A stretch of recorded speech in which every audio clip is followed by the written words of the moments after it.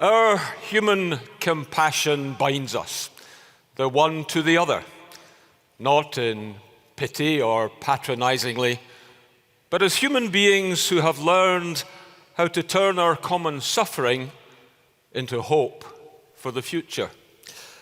These words were spoken by Nelson Mandela, and they express so much of what it means to be a Rotary member and to take up the challenges of our times, to see beyond the divisions and conflicts, finding our singular human need for connection and for peace. Our theme this year is Create Hope in the World. 5 simple words that build on Mandela's invitation. Words that find Rotary at this critical moment in history ready to answer the call.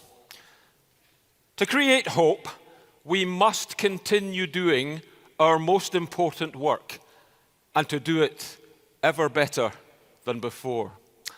We must refocus our efforts to build peace across the globe.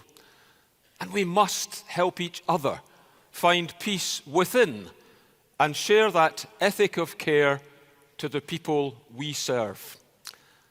So let's start by building on the amazing good work we saw on display in Melbourne this week and the tremendous spirit of renewal that President Jennifer has touched off and captured. So much of the work that I will do and that everyone in Rotary leadership should do is about building on the good ideas of others and showing proper respect for the efforts made before us. It's not about closing the door on a previous year. It's about building a bridge to the next.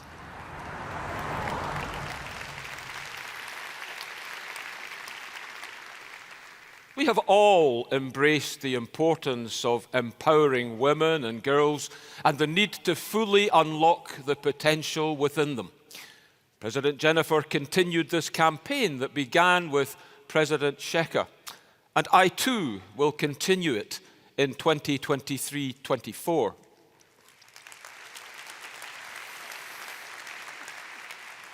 For several years, Rotary has kept and built on promises to empower Rotaract. And the results have been astonishing.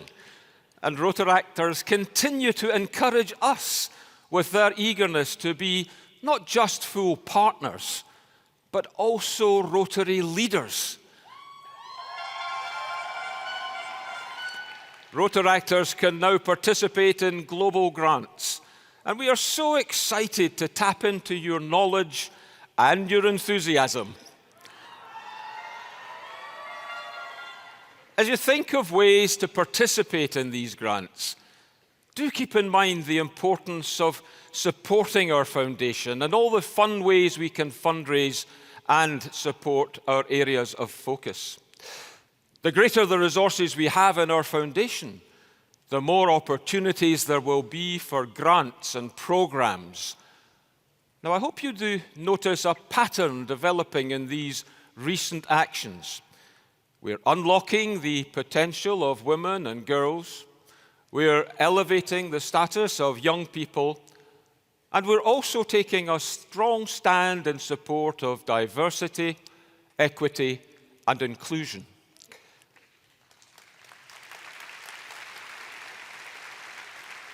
Fully supporting DEI doesn't just mean increasing our numbers, important though those numbers are.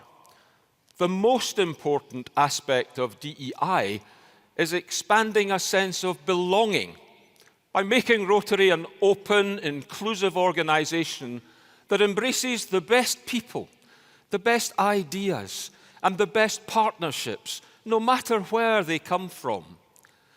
People need to be able to look into Rotary and see themselves, and it is up to us to ensure that they do so. As we become a more welcoming and inclusive organization, we will change the face of Rotary and put us on the path to even greater accomplishments in the year ahead. Of course, Rotary's legacy will long be defined by our work on polio. It is and it remains Rotary's top corporate priority. There is so much we have done over the past 35 years of which we can be proud as we have followed our dream of a polio-free world. Together, we will end polio.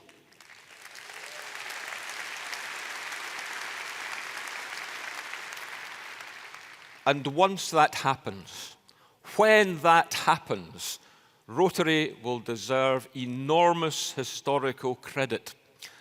So this is the time for us to go beyond what is necessary year to year and make sure we provide every resource to succeed as quickly as possible. I don't need to tell you how important it is that we raise at least $50 million each year to receive the full Bill and Melinda Gates Foundation grant. But there's no need to stop there. At present, only about 1 in 12 Rotary members currently give to the polio campaign, with fewer than 1 in 5 clubs donating each year. We need to change that. When we celebrate the final eradication of polio, there is going to be a big party, and all of Rotary will want to be there. Well, to be at that party, you need to buy a ticket, and the cost of that ticket is a donation to the polio campaign.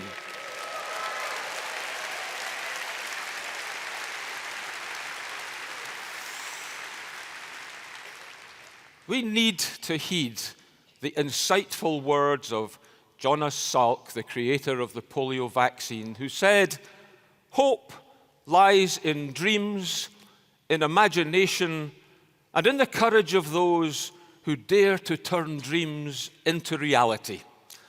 And so we need to expand our definition of hope and have the courage to share Rotary's vision with the world. One of the most important ways we can do that is to put a greater focus on peace. It is wonderful that Rotary members respond when war breaks out, be it in Ukraine, South Sudan, Yemen, Afghanistan, and all the other conflict areas of the world. We dig a little deeper to support refugees in their time of need. But we can't limit ourselves to just soothing the innocent victims of conflict. As our General Secretary, John Hugo, said earlier in the convention, we need to use the full power of Rotary to build positive peace and prevent conflicts. Peace is the soil where hope takes root. And we till this soil every time we create new connections between people and every time we find new opportunities for commonality. Over the next year, we will be introducing virtual international exchanges that build on our current programs and make them more accessible than ever before. In Rotary, we know that peace is not a passive dream. It is an outcome of hard work, earned trust, and often difficult conversations. We know that peace must be waged persistently and bravely. The bravest goal a human being can set out is the pursuit of peace. And in Rotary, everything we do, every single thing we do across all of our areas of focus helps build the hope that in turn makes peace and redemption possible. And as we help create peace across the globe, we must also work to find and create a similar kind of change within ourselves.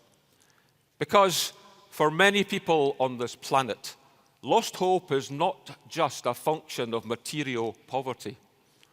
all of us face challenges that threaten our well-being. So many people are hurting. They have lost loved ones to disease, to war, to disasters, and their social circles have narrowed. Divisions have grown wider. Opportunities for connection have been lost. And sadly, children and young adults are feeling this loss the strongest, as for many, their education and their personal growth has been so badly interrupted. And sadly, there are many parts of the world where discussing mental health challenges is considered a weakness. We must change that. Right from the start, Rotary has been about embracing our humanity and building personal connections. We've grown into an amazing global network of 1.4 million interconnected community leaders who share a deep commitment to doing good in the world. But what makes Rotary powerful isn't just what we do for the communities we serve. We also support and empower each other by creating a safe space for our members to bring their whole authentic selves. We show each other comfort and care, and we ask each other two essential questions. How are you? But more importantly, how are you really? When we make these kinds of caring investments in each other, we strengthen our friendships, we strengthen our clubs, and we strengthen ourselves. Because the research shows that performing acts of kindness is the most effective step anyone can take to protect our sense of well-being and to make us more resilient to all the challenges life throws our way.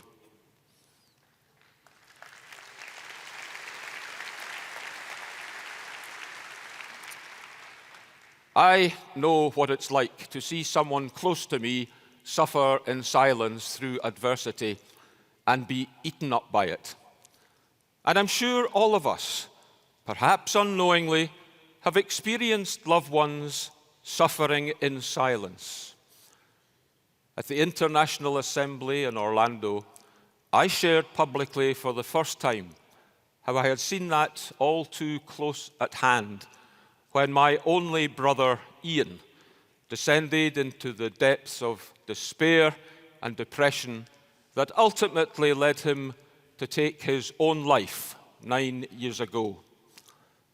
With the benefit of hindsight, Ian had been struggling for some time, despite being highly successful in his chosen profession, and despite having the most loving wife and family. But he just could not bring himself to ask for help. Was it for fear of being seen as weak? Was it for fear of being judged? Or was it even for fear of being rejected? We will never know. But believe me, these are three questions I continue to ask myself every day in life. I might venture to suggest that one of the main reasons Ian and so many others like him reach the point they do is that mental health remains such a taboo subject, and that mental health services remain in such short supply. I know that Rotary can do something about that.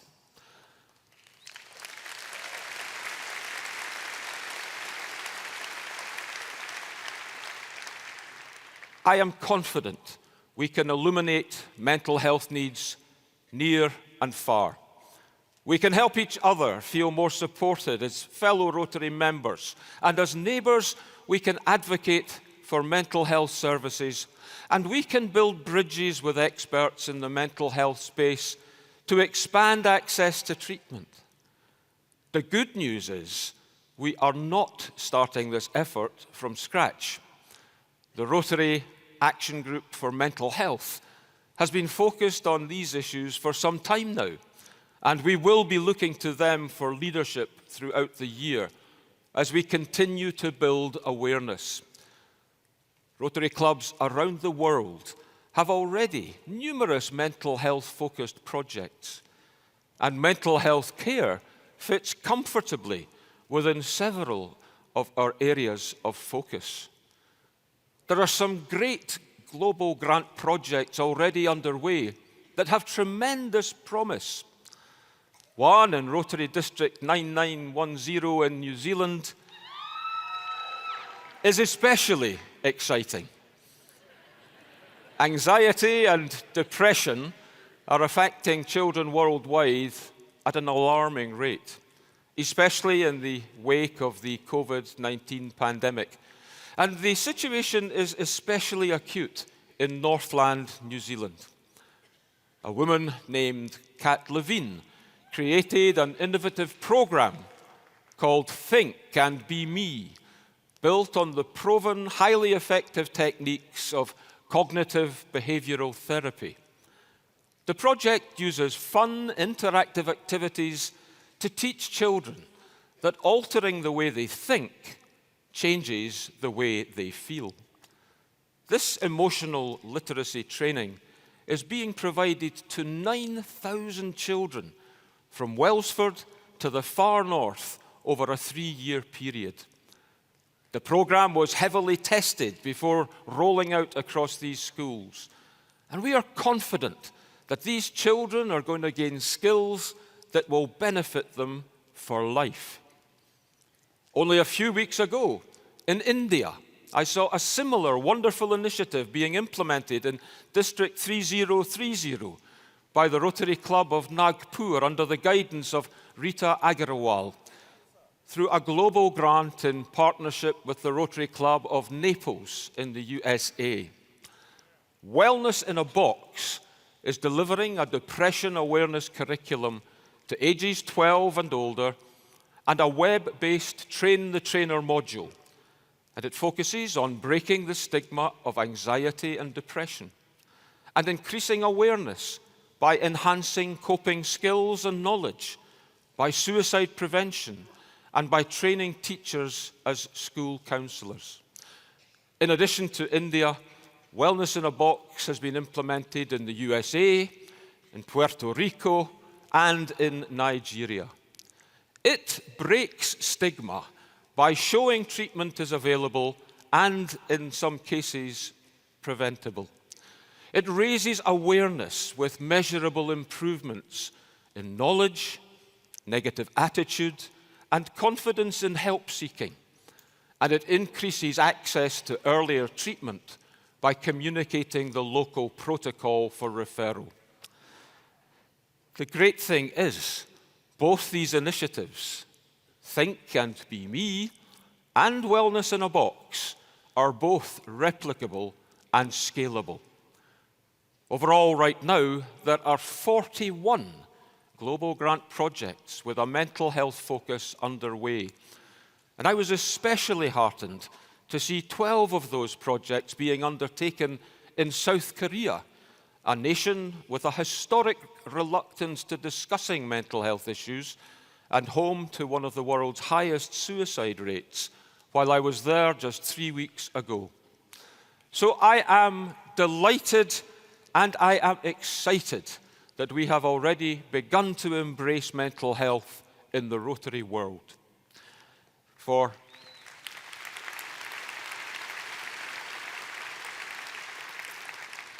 2023-24, we aim to prioritize it and hopefully make it possible to keep this commitment in the years ahead.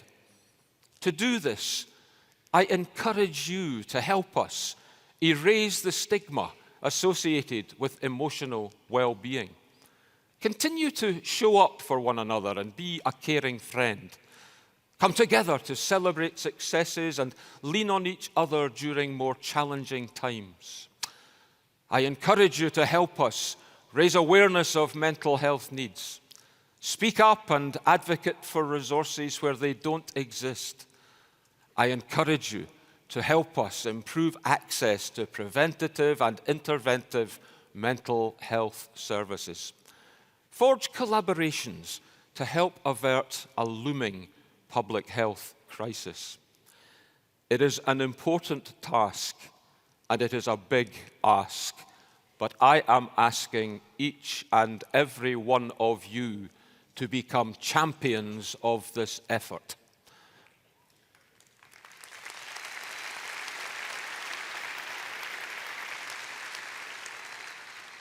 I believe we can do this because our human compassion binds us, the one to the other, not in pity or patronizingly, but as human beings who have learned how to turn our common suffering into hope for the future. So, as we cross that bridge into the new Rotary year, let us create hope in the world. Thank you.